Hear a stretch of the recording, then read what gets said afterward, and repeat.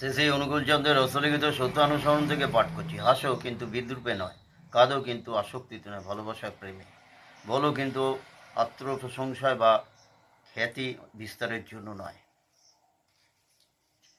তোমার চরিত্রের কোনো উদাহরণে যদি কারোর মঙ্গল হয় তবে তার নিকটে তা গোপন রেখো না।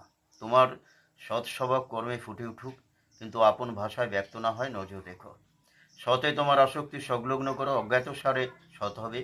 তুমি আপনভাবে সৎ চিন্তায় নিমগ্ন হও। তোমার তোমার অনুযায়ী ভাব আপনি ফুটে বেরোবে। অসৎ চিন্তা মন যেমন চাহনিতে, বাক্যে, আচরণে, ব্যবহারে ইত্যাদি ফুটে বেরোয়, সৎ চিন্তাও তেমনি উক্ত রূপেই ফুটে বেরোয়।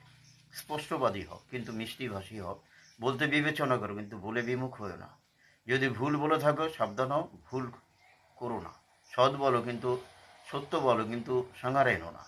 সৎ কথা বলা ভালো, কিন্তু ভাবা অনুভব করা আরও ভালো। অসৎ কথা বলার চেয়ে সৎ কথা বলা ভালো নিশ্চয়, কিন্তু বলার সঙ্গে কাজ করা এবং অনুভব না থাকলে কি হলো?